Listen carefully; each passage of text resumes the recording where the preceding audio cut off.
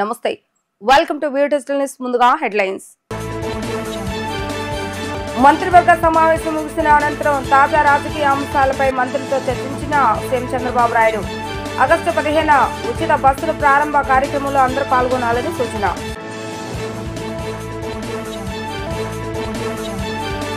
నైపుణ్యాల పెంపు ద్వారానే యువతకు అద్భుత అవకాశాలు కల్పిస్తున్నామన్న మంత్రి నారా లోకేష్ 20 లక్షల ఉద్యోగాల కల్పనకు అందరం కష్టపడి పనిచేస్తున్నామని వ్యాఖ్య వైసీపీ నేతలపై మంత్రి వాసంశెట్టి సుభాష్ ఫైర్ కూటమి ప్రభుత్వం అమలు చేస్తున్న సంక్షేమం వైసీపీ నేతలకు కంటిపై కునుకు లేకుండా చేస్తుందని ఆగ్రహం రాష్ట్ర ప్రజల కోసం ఎన్నో మంచి పనులు చేస్తున్నామని సీఎం అన్నారు. అభివృద్ధి సంక్షేమాన్ని శక్తికి మించి అమలు చేస్తున్నామని, కానీ కొందరు చేసే చిన్న చిన్న తప్పుల వల్ల చేసిన శ్రమంతా వృధా అయిపోతుందని ఆవేదన వ్యక్తం చేశారు. మన ప్రభుత్వానికి ఉన్న గుడ్ విల్ ను మళ్లీ జీరోకి తీసుకొస్తున్నారని అన్నారు. ఇది మంచి పరిణామం కాదని చెప్పారు. తప్పులు దిద్దుకోకపోతే నష్టపోతామని హెచ్చరించారు. సచివాలయంలో కేబినెట్ భేటీ అనంతరం కేబినెట్ సహచరులతో ముఖ్యమంత్రి నారా చంద్రబాబు నాయుడు మంత్రులైన ఎమ్మెల్యేలు, ఎమ్మెల్సీలు, ఎంపీలు ఎవరైనా సరే తప్పులు చేయకుండా ఉండేందుకు ప్రయత్నించాలని సూచించారు. పొరపాట్లు జరిగితే వెంటనే సర్దిద్దుకోండి అని దిశానిర్దేశం చేశారు. ఇప్పటి వరకు 24 మంది ఎమ్మెల్యేలతో ముఖాముఖి సమావేశమయ్యామన్నారు.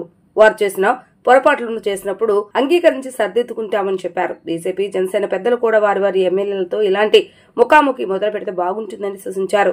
అంతర్జాతీయ పరిణామాలు రాష్ట్రంపై ఎలాంటి ప్రభావం చూపుతాయో అధ్యయనం చేసేందుకు ప్రత్యేకంగా మంత్రుల కమిటీ ఏర్పాటు చేయాలన్న ఆలోచనను సీఎం కేబినెట్ ముందుంచారు. మారుతున్న నూతన పారిశ్రామిక విప్లవానికి అనుగుణంగా నైపుణ్యాలను మార్చుకోలేకపోతే అవకాశాలను అందిపుచ్చుకోలేమని మంత్రి నారా లోకేష్ స్పష్టం చేశారు. వచ్చిన మార్పును ఆహ్వానించి అందుకు అనుగుణంగా సిద్ధం అవ్వాల్సిందేనని, అప్పుడు నూతన ఉద్యోగాలు సృష్టించబడతాయని తెలిపారు. గతంలో వచ్చిన పారిశ్రామిక విప్లవాలు సైతం ఇదే స్పష్టం చేశాయన్న ఆయన ఆంధ్రప్రదేశ్ కూడా మార్పును ఆహ్వానించేందుకు సిద్ధంగా ఉందని చెప్పారు. Solar, win energy talent hub గా ఆంధ్రప్రదేశ్ అనే అంశంపై AP skill development corporation, SVANidhi initiative సంయుక్తంగా నిర్వహించిన గ్రీన్ ఎనర్జీ కాన్ఫరెన్స్ కు మంత్రులు లోకేష్, గొట్టిపాటి రవి హాజరయ్యారు. ఈ సందర్భంగా మంత్రి లోకేష్ మాట్లాడుతూ రాష్ట్రంలో 20 లక్షల ఉద్యోగాల కల్పనకు అందరం కష్టపడి పనిచేస్తున్నట్లుగా చెప్పారు. గ్రీన్ ఎనర్జీ రంగం ద్వారా గ్రామీణ యువత, మహిళలకు ఉద్యోగ ఉపాధి అవకాశాలు వస్తాయని అభిప్రాయపడ్డారు. గ్రీన్ ఎనర్జీలో ఉద్యోగాల కల్పనకు అవసరమైన నైపుణ్య శిక్షణను తాము అందిస్తామన్నారు. సెప్టెంబర్ 1 నుంచి నైపుణ్య పోర్టల్ను ప్రారంభిస్తున్నట్లుగా చెప్పారు. ఈ విషయంలో పరిశ్రమ వర్గాలు సైతం తమకు సూచనలు, సలహాలు అందజేయవచ్చన్నారు. దేశ గ్రీన్ ఎనర్జీ భవిష్యత్తును శక్తివంతం చేయడం, సౌర పవన శక్తికి నైపుణ్య హబ్గా ఏపీని తీర్చిదిద్దటమే కాదు, ప్రపంచ గ్రీన్ ఎనర్జీ భవిష్యత్తును శక్తివంతం చేసే దిశగా ఈ కాన్ఫరెన్స్ నిర్వహిస్తున్నట్లుగా ఆయన చెప్పారు. The mandate was very clear. Create jobs. In fact, we are probably the very first political establishment that made a promise that we will create 20 lakh jobs in 5 years. So this requires greater collaboration across ministries, ministers, to work together of creating a vibrant ecosystem. As a state, we believe that one state, one capital, but development should be decentralized. And as the IT and electronics minister, I truly believe the importance of clusterization. This is where we believe the importance of integrating the private sector and then the end potential job seeker. We need to come together. As a government, on September 1st, we are launching a portal called Naipunyam. Naipunyam would be a middleware, if I may. So on one side, we have companies who are well represented here. On the other side, we have youngsters who are looking for jobs. And we want to now integrate them on this portal. And we are also going to bring, a Skill Development Corporation, CDAP and various institutions that look at skill upgradation to come in and look at what kind of interventions we need to do to upgrade the skills. So as Ritvika just shared, it is very, very important that we all come together. It's not going to be a simple Lokesh's job or Andhra Pradesh government job. Together we need to do this. Together we need to fuel the global requirement of, talented youth. I was talking to my counterpart from the Middle East, various other countries in the Middle East. And they gave me a clear indication that we are ready. Here also we are looking at renewable energy in a very big way. But we don't have trained manpower. We don't have skilled manpower. We don't have technicians. If the state is willing to take up the initiative to train, give them the certification and guarantee the quality, we are willing to absorb people. And that is where I request Swaniti also to take up the initiative that it's not just about India, but it's actually going to be about fueling the global green revolution. It's very exciting times we live in. We are all talking about AI. We're talking about green hydrogen. We're talking about various other sectors. So that's the exciting bit. Now let's talk about the scary side of things. We're all talking about losing jobs. We're all talking about how AI can transform the entire IT sector, where basic programming would no longer be relevant. See, if you go back in history and once look at it, every industrial revolution ended up creating more jobs than it has replaced. But it has created jobs in countries or in states where they were ready to embrace that revolution. So wherever people have resisted change, they lost jobs. As simple as that. So what is important for India and especially for Andhra Pradesh is we have to embrace change. As Education Minister, it is my responsibility to revamp the entire curriculum, which I've already done. And a curriculum should have AI, quantum computing as a requirement. It could be across sectors. And in government ITIs, they are now training youngsters to look at the opportunities available in the green sector. I believe that green sector has a completely different opportunities for us, which is providing jobs to women. Providing jobs to women in their villages, in their mandal, in their constituency. This for me is very, very important. ఏపీలో కూటమి ప్రభుత్వం అమలు చేస్తున్న సంక్షేమం YCP నేతలకు కంటిపై కునుక లేకుండా చేస్తుందని మంత్రి వాసంశెట్టి సుభాష్ వ్యాఖ్యానించారు. అధికారులను వైసీపీ బెదిరిస్తుందని రెడ్ బుక్ ను మడిచి ఎక్కడో పెట్టుకోమన్నారు. ఇప్పుడు అదే రెడ్ బుక్ చెప్తే వైసీపీ నేతలకు నిద్ర పట్టడం లేదని ఆయన ఆగ్రహం వ్యక్తం చేశారు.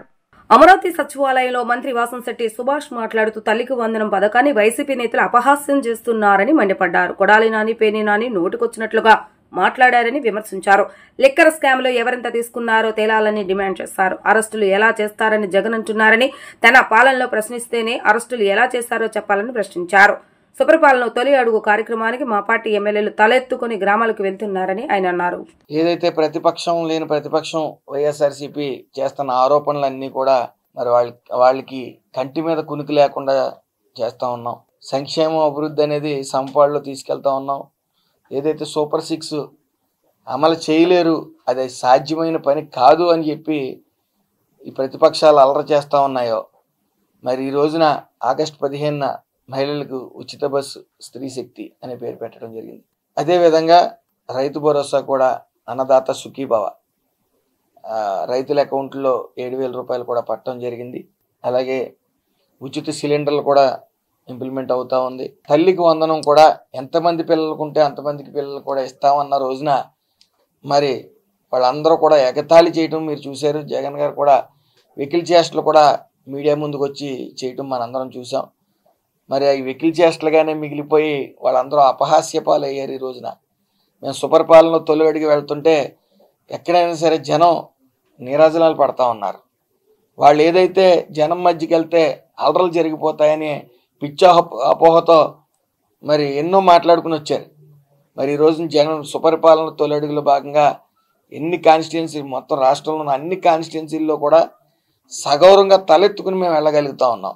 ఈ స్త్రీ శక్తిలో ఏదైతే ఉచిత బస్సు ఉందో సుమారు రాష్ట్రంలో ఉన్న 11,800 బస్సుల్లో 74% బస్సులన్నీ కూడా ఈ ఉచిత బస్సు అయ్యేలాగా ఇంప్లిమెంట్ చేయడం జరిగింది. అదేవిధంగా చేనేత కార్మికులకు కూడా అతి త్వరలో 25,000 రూపాయలు కూడా ఇవ్వడం జరుగుతుంది. అలాగే ఉచిత కరెంట్ కూడా అనౌన్స్ చేయడం జరిగింది వాళ్ళందరికీ. అంటే ప్రతి ఒక్కరూ కూడా ప్రతి వ్యవస్థ ప్రతి కులం ఆ కుల వృత్తులు అన్నీ బాగుండాలని కోరుకునే మనిషి. గతంలో కూడా ఆదరణ అనే పథకంతో కుల వృత్తికి పనిముట్లు కూడా ఇవ్వడం జరిగింది. ఓన్లీ చంద్రబాబు నాయుడు గారు సారథ్యంలో మాత్రమే.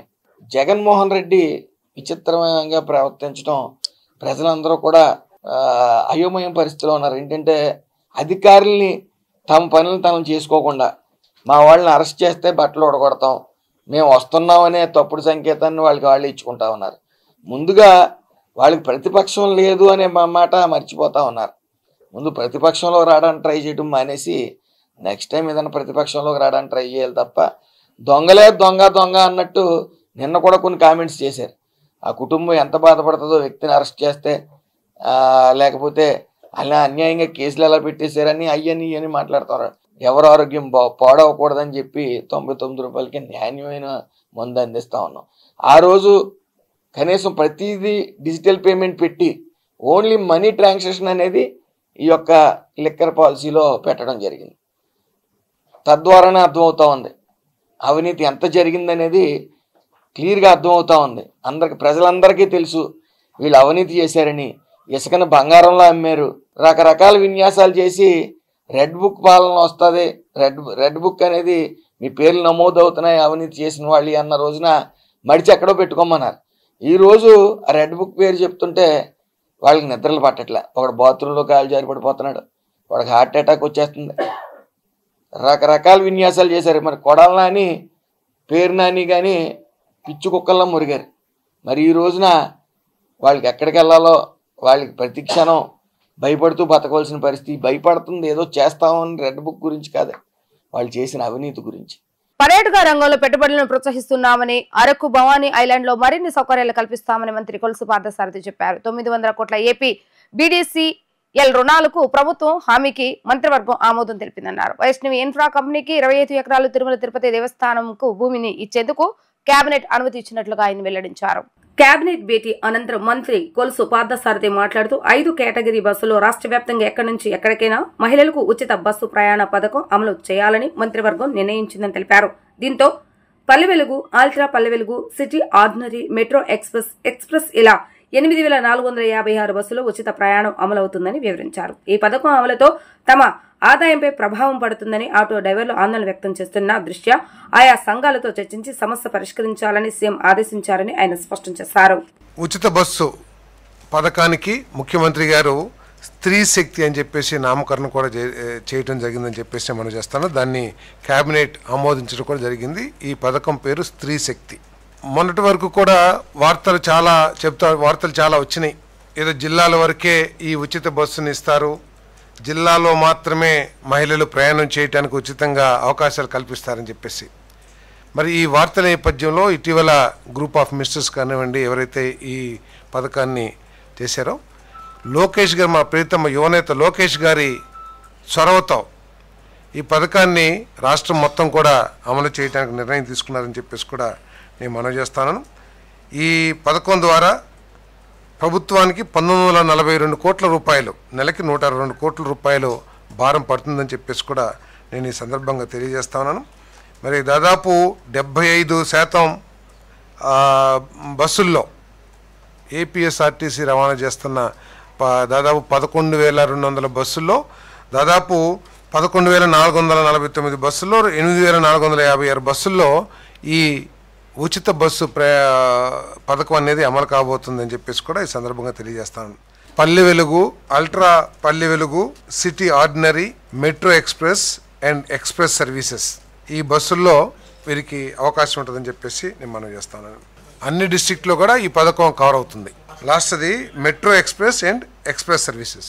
దీని మూలంగా ప్రతి ఫ్యామిలీకి కూడా నెలకి 800 నుంచి 1000 రూపాయలు సేవ్ అవుతుందని చెప్పేసి కూడా ఒక ఎస్టిమేషన్. తర్వాత జీసీసీ ఏదైతే కాంప్లెక్స్ నిర్మాణం చేస్తారో, గ్లోబల్ క్యాపబుల్ సెంటర్స్ నిర్మాణం చేస్తారో, వాళ్ళు ముందే 20% ఫ్లోర్ ఏరియాకి యాంకర్ టెనెంట్స్ని తీసుకొస్తే వారికి కూడా ప్రోత్సాహకాలు ఉన్నాయి.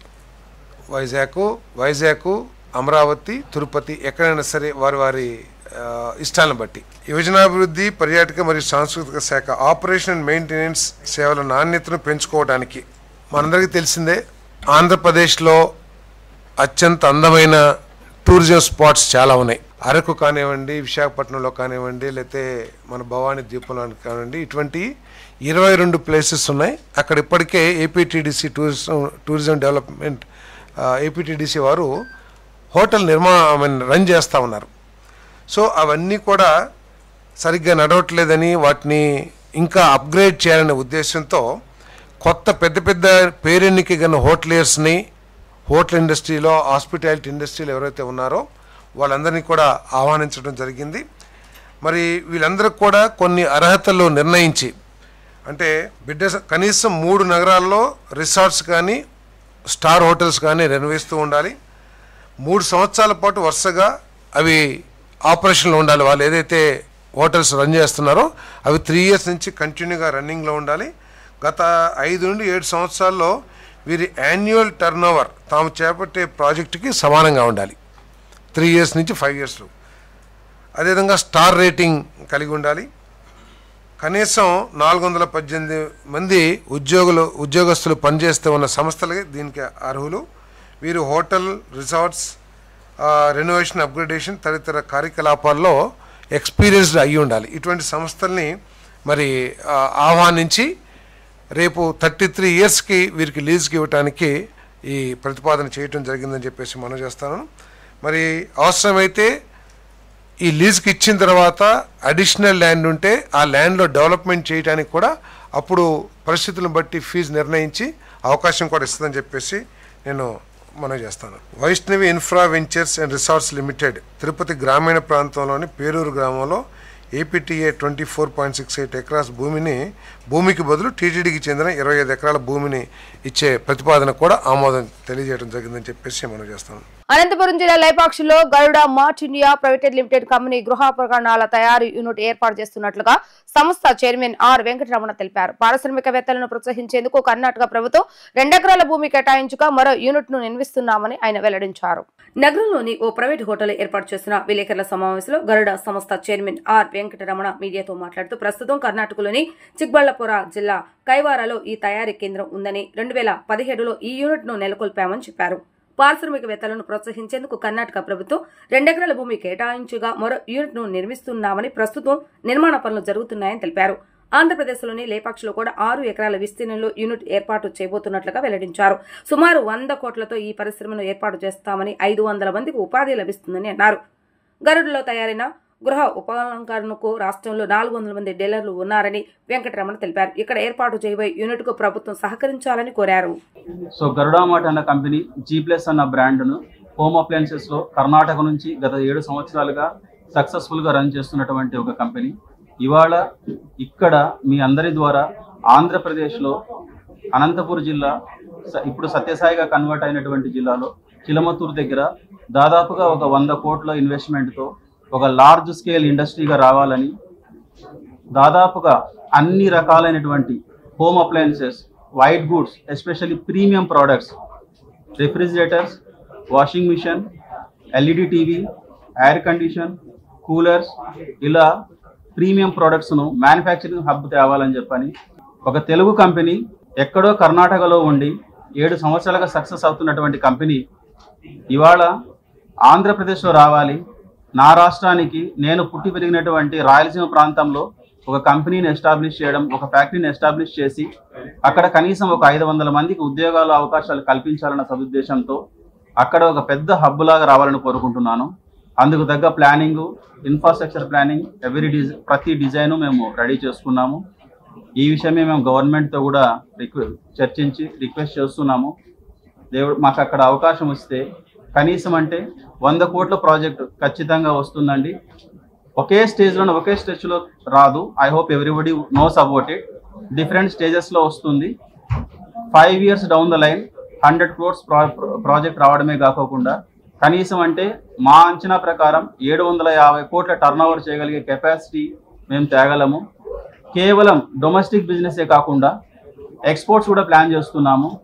మా ప్రొడక్ట్స్కి డిష్ వాషర్కి ఎస్పెషల్లీ పేటెంట్ రైట్స్ ఉన్నాయి. ఈ పేటెంట్ రైట్స్ని బేస్ చేసుకొని దాదాపుగా 18 కంట్రీస్కు మేము ఎక్స్పోర్ట్ చేయాలని ప్లాన్ చేస్తున్నాము. ఆల్రెడీ మాకు రష్యా కంపెనీతో కొన్ని డిస్కషన్ జరుగుతున్నాయి ఎక్స్పోర్ట్స్కి. ఎస్పెషల్లీ వాళ్ళు ఫ్రిడ్జ్ అండ్ వాషింగ్ మిషన్ చాలా ఇంట్రెస్ట్ చూపిస్తున్నారు. అది కనుక మనకు సక్సెస్ అయితే ఎక్స్పోర్ట్స్ అనేది మనకు ఇంకొక మోటో అవుతుంది. మనకు ఉన్నటువంటి ఛానల్స్, సేల్స్ ఛానల్స్ ఏదైతే డీలర్స్, డిస్ట్రిబ్యూషన్, రిటైల్ అండ్ ఈ కామర్స్తో పాటు ఎక్స్పోర్ట్స్ కూడా మనకు మోటో అవుతుంది.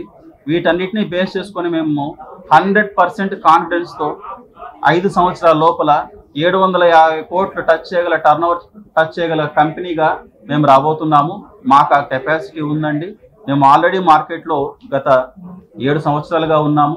ఒక మంచి కంపెనీని, ఒక తెలుగు కంపెనీని ఎంకరేజ్ చేయండి.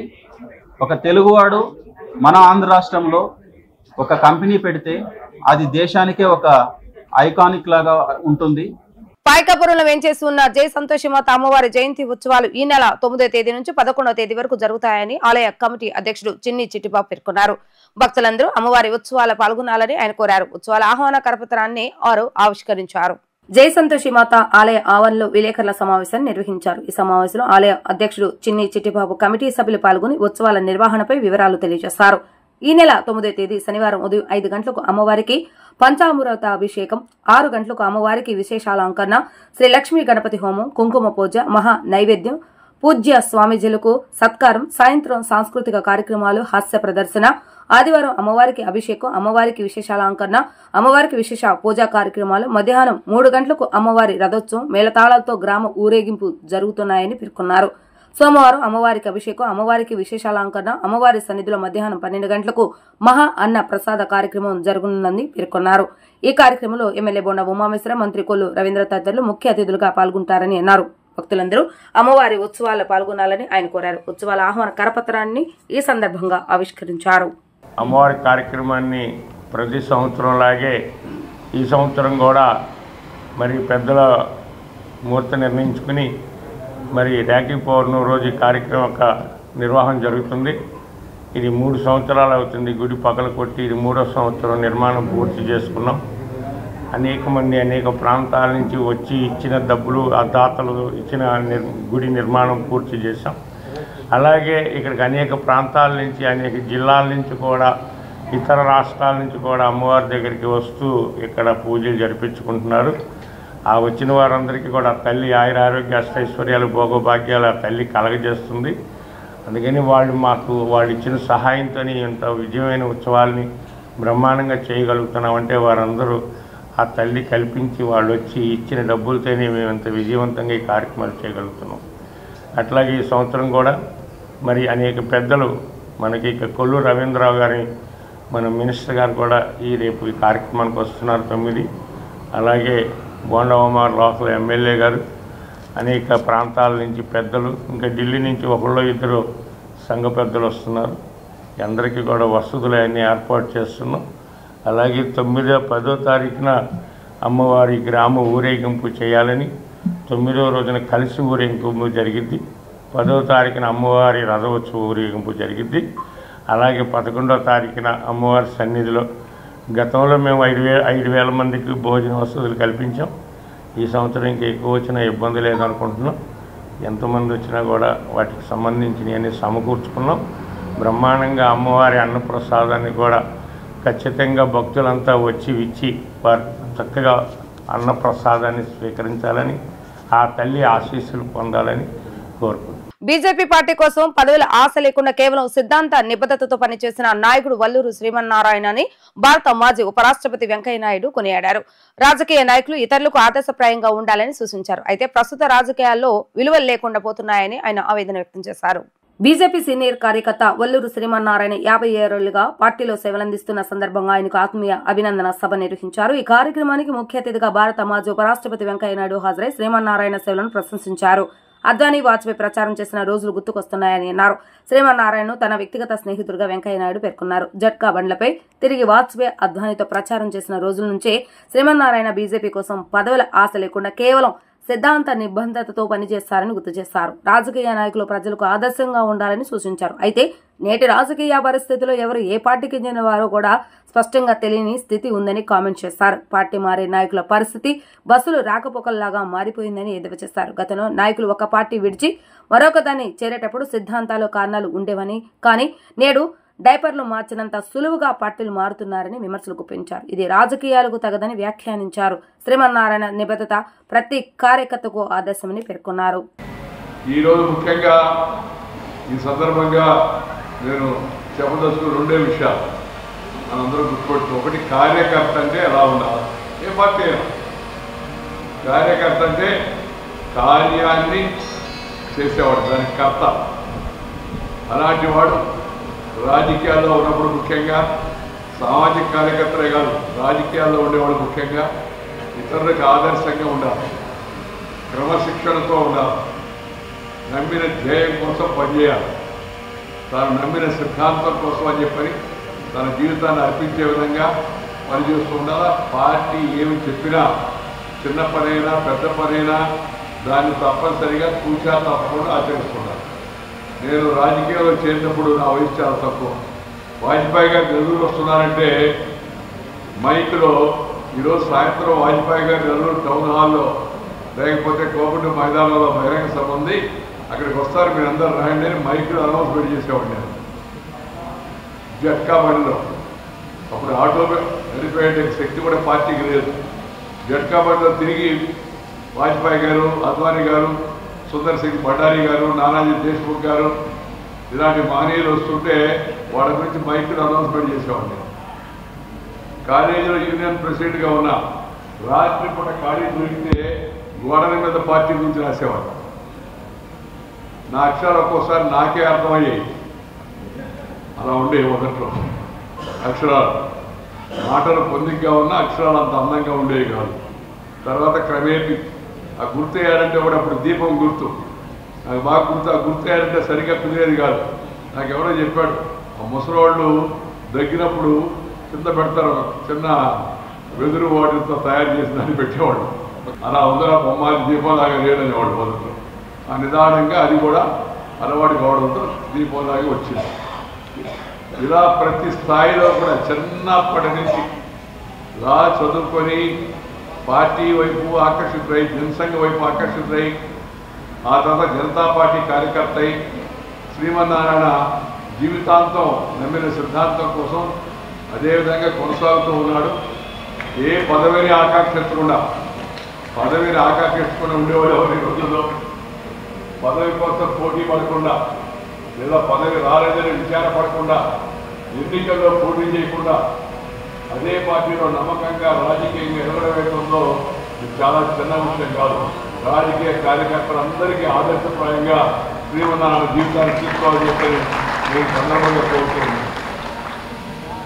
రాజకీయాల్లో విలువలు తగ్గిపోయాయి, సాంప్రదాయాలు తగ్గిపోయాయి, స్థాయి మర్చిపోయి రాజకీయ నాయకులు మాట్లాడుతున్నాను. భాష కూడా అసహ్యకరంగా ఉంటుంది. మనం రాజకీయ నాయకులు ఇతరులకు ఆదర్శంగా ఉండాలి. మాట్లాడేటప్పుడు, నడిచేటప్పుడు, చూసేటప్పుడు, చేసేటప్పుడు ఎప్పుడైనా సరే ఒక పద్ధతి, ఎందుకంటే మనం చూసి ఇతరులు నేర్చుకోవాలి, ఆదర్శప్రాయంగా ఉండాలి. అందువల్ల మన ప్రవర్తన ఏంటనేది మన నాయకుల నుంచి మనం తెలుసుకోవాలి. ఆ పార్టీ అంటే ఆ పార్టీలోనే ఉండేవాడు. వెంకటేశ్వర రెడ్డి ఒక ఆయన ఉండేవాడు విజయవాడ, సోదర పార్టీ. నాకు ఆ రోజుల్లో గుర్తు, దర్శన గారి సీనిదాయి. వీళ్ళందరూ ఎప్పుడు వీళ్ళు మారేయాలని అడగాల్సిన అవసరం లేదు. ఇప్పుడు ఎలా ఉంది రాజకీయ పరిస్థితి అంటే మనం ఎప్పుడు ఎవరు ఏ పార్టీలో ఉంటారో అర్థం కావడం. నేను మనం నవ్వుతూ చెప్పాను, ఈ ఆర్టీసీ బస్ స్టాండ్లో బస్సుల రాకపోకలు, ఏ బస్సు ఎన్ని గంటలకు వస్తుంది అని బోర్డు వేస్తుంటారు. అలాగే రాజకీయ నాయకుల రాకపోకలు అని ప్రతి ఊరిలో ఒక బోర్డు పెట్టండి అయ్యా. ప్రస్తుతం తాజాగా పలానా ఆయన ఈ టైంలో ఈ గంటలో ఈ పార్టీలో ఉన్నాడు, ఇది నేటి ఉదయం వార్త. నేను నవ్వుతూనే ఎందుకు చొరకాటించారంటే కొంత తెలిసి రావాలి. అంతటి విలువలేని పనులు చేస్తున్నారు కొంతమంది. గత వైసీపీ ప్రభుత్వ హయాంలో భారీ లిక్కర్ స్కామ్ జరిగిందని, ఆ కుంభకోణం ద్వారా వచ్చిన డబ్బుతో ఆ పార్టీ నేతలు విలాసవంతమైన జీవితం గడిపారని టీడీపీ అధికార ప్రతినిధి ఆనం వెంకటరమణారెడ్డి తీవ్ర ఆరోపణలు చేశారు. గొట్టపాటి వెంకటేష్ నాయుడు అనే వ్యక్తి స్కామ్ సొమ్ముతో హీరోయిన్లతో కలిసి ప్రత్యేక విమానాల్లో జల్సాలు చేశారని ఆయన సంచలన వ్యాఖ్యలు చేశారు. టీడీపీ కేంద్ర కార్యాలయంలో ఏర్పాటు చేసిన విలేకరుల సమావేశంలో టీడీపీ అధికార ప్రతినిధి ఆనం వెంకటరమణారెడ్డి మీడియాతో మాట్లాడుతూ వైసీపీ నేతలపై తీవ్రస్థాయిలో విరుచుకుపడ్డారు. ఈ సందర్భంగా ఆనం మాట్లాడుతూ లిక్కర్ స్కామ్ లో కీలక పాత్ర పోషించిన వ్యక్తులంతా మాజీ ముఖ్యమంత్రి జగన్మోహన్ రెడ్డికి బంధువులు, సన్నిహితులేనని ఆరోపించారు. రాజకేశరెడ్డి ఎవరు తెలియదని, ఆయన వయసు సుజాత రెడ్డికి అల్లుడు కాదని జగన్ చెప్పగలరా? రాజకేశరెడ్డి, ముప్పిడి అవినాష్ రెడ్డి బంధువులు కాదా? చంద్రగిరికి చెందిన చెవిరెడ్డి భాస్కర్ రెడ్డి, మిథున్ రెడ్డి వంటి వారితో తమకు ఎలాంటి సంబంధం లేదని జగన్మోహన్ రెడ్డి ప్రకటించే ధైర్యం ఉందా అని వారు సవాల్ విసిరారు. వైసీపీ నేతలను ఈ విషయంపై ప్రశ్నిస్తే తమకు ఏమీ తెలియదని, స్కామే జరగలేదని చెప్పడం వారి ద్వంద్వ వైఖరికి నిదర్శనమని విమర్శించారు. ఈ మొత్తం లిక్కర్ స్కామ్ కు సూత్రధారి kingpin YCP MP Vijayasai రెడ్డేనని ఆరోపించారు. జగన్మోహన్ రెడ్డికి అత్యంత సన్నిహితుడైన విజయసాయి రెడ్డి ఈ వ్యవహారాన్ని ముందుండి నడిపించారని అన్నారు. ఈ ఫోటోని నమ్మొద్దని, నమ్మితే సంక నాగిపోతారని నేను ముందే చెప్పాను అంటూ తన పాత వ్యాఖ్యలను గుర్తు చేస్తారు. ఇటీవల విజయసాయి రెడ్డి మాట్లాడుతూ లిక్కర్ స్కామ్ జరిగింది కానీ తమకు సంబంధం లేదని చెప్పడాన్ని ప్రస్తావించారు. పార్టీలో కీలక నేతగా వైజాగ్ ఇన్ఛార్జ్ గా పనిచేస్తున్న వ్యక్తి అలా చెప్పడాన్ని ఎలా అర్థం చేసుకోవాలని ప్రశ్నించారు. ఎవరు వెంకటేష్ నాయుడు మీ ఓడు కాదా? ఎవరు రాజకేశ్ రెడ్డి? వైఎస్ సుజాత రెడ్డి గారి అల్లుడు కాదా అని అడుగుతున్నాం. Who is Rajakesh Reddy? Is he not the son in law of missus YS Sujatha Reddy మీ బంధువు కదా? కాదని చెప్పు. రాజకసిరెడ్డికి మాకు సంబంధం లేదు, మాకు బంధుత్వాలు లేవు అని చెప్పు. వాడు ఇంకొకడు మీకు గుర్తుందా? ఆదాన్ డిస్టిలరీస్లో ముప్పిడి అవినాష్ రెడ్డి గురించి ఒక 100 సార్లు చెప్పుంటాను నేను. ఎవడయా వీడు, ఎవడయా ముప్పి అవినాష్ రెడ్డి? రాజకసిరెడ్డి తోడల్లుడో లేకపోతే కజినో? వీళ్ళు బంధువులు కదా మీకు? ఎట్ట చెప్తారా సంబంధం లేదనే? అది ఏమి ధైర్యం మీకు? ఎవరినైనా అడుగు వైసీపీ నాయకుడిని, మాకు సంబంధం లేదు, మాకు లిక్కర్ స్కామే జరగలేదు. ఎవరు తిన్నారే? మేము తిన్నాం డబ్బులా, మేము ఎక్కాం ఫ్లైట్లా హీరోయిన్లతో. మేమేమైనా తప్పు చేయాలంటే అక్కడ హెడ్ మాస్టర్ ఉన్నాడు మాకు, ఆయన పేరు చంద్రబాబు నాయుడు గారు. ఆ బెత్తం పట్టుకొని ఉంటాడు రెడీగా, ఏం తప్పు చేసినా మాకు బెత్తంతో దెబ్బలు పడతాయి. మీరు ఏమనుభవించారా? రాసభోగాలు. అదేందా? ఆ ఫ్లైట్లేంది, ఆ ఎయిర్ క్రాఫ్ట్లేంది, ఒక్కొక్కడు ఒక మామూలుగా స్పెషల్ ఫ్లైట్లో పోతే ఎవరినో ఒకరిని తీసుకోపోతాం, ఒక్కడు పోతాడు ఫ్లైట్లో. ఈరోజు మేము అడుగుతున్నాం, వీటికి అన్నిటికీ సమాధానం చెప్పాల్సిన బాధ్యత జగన్మోహన్ రెడ్డి మీద ఉంది. ఆయన ఆ రోజు ముఖ్యమంత్రి కాబట్టి. ఏమని? లేదు, నాకు రాజకసిరెడ్డి ఎవరో తెలియదు, ముప్పిడి అవినాష్ రెడ్డి ఎవరో తెలియదు, వెంకటేష్ నాయుడికి నాకు సంబంధం లేదు. వాడి పేరేందా? చంద్రగిరి చెవిరెడ్డి భాస్కర్ రెడ్డికి నాకు సంబంధం లేదు, చెవిరెడ్డి భాస్కర్ రెడ్డి నాకెవరో తెలీదు, మిథున్ రెడ్డి నాకెవడో తెలీదు. I don't know these people, నాకు వీళ్ళతో సంబంధం లేదు అని నువ్వు చెప్పు.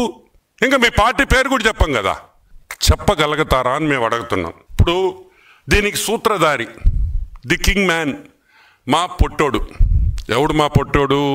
విజయసాయిరెడ్డి మా పొట్టబ్బాయి. ఈరోజు మేము అడుగుతున్నాం, విజయసాయిరెడ్డి ఏం చెప్పాడు? జగన్మోహన్ రెడ్డికి విజయసాయిరెడ్డి అత్యంత సన్నిహితుడు, వైసీపీ పార్లమెంటరీ పార్టీలో నెంబర్ 1 కింగ్ పిన్, మొత్తం నడిపించింది అతనే. ఆ రోజు నేను చెప్పా, పొట్టోళ్ళు నమ్మొద్దురా, నమ్మితే సంకనాకిపోతారు అని అన్నానా లేదా? ఎవరైనా మీరు నా మాట విన్నారా? సాయి ఎక్కడ ఏం చేశాడు? సాయి సంకనాకిచ్చేసాడు మిమ్మల్ని. సంకనాకిచ్చి ఏం చేశాడు? అది నెల్లూరు అంటే లిక్కర్ స్కామ్ జరిగింది కానీ నాకు సంబంధం లేదు అన్నాడు. ఎవరు విజయసాయిరెడ్డి? మీ ఓడు కాదా? మొన్న వరకు మీరు చేసిన యదవ పనుల్లో పంచుకోలేదా? వైజాగ్ ఇన్ఛార్జి కదా? ఈ లిక్కర్ డబ్బుల్లో వీళ్ళకెవరికి వాటాలు రాలేదా? మళ్ళీ మాకు సంబంధం లేదు, సిగ్గు లేకుండా ఎలా చెప్తారు అని అడుగుతున్నా. వార్తలు ముగించే ముందు హెడ్లైన్స్ మరొకసారి. మంత్రివర్గ సమావేశం ముగిసిన అనంతరం తాజా రాజకీయ అంశాలపై మంత్రులతో చర్చించిన సీఎం చంద్రబాబు నాయుడు. ఆగస్టు 15 ఉచిత బస్సుల ప్రారంభ కార్యక్రమంలో అందరూ పాల్గొనాలని సూచన.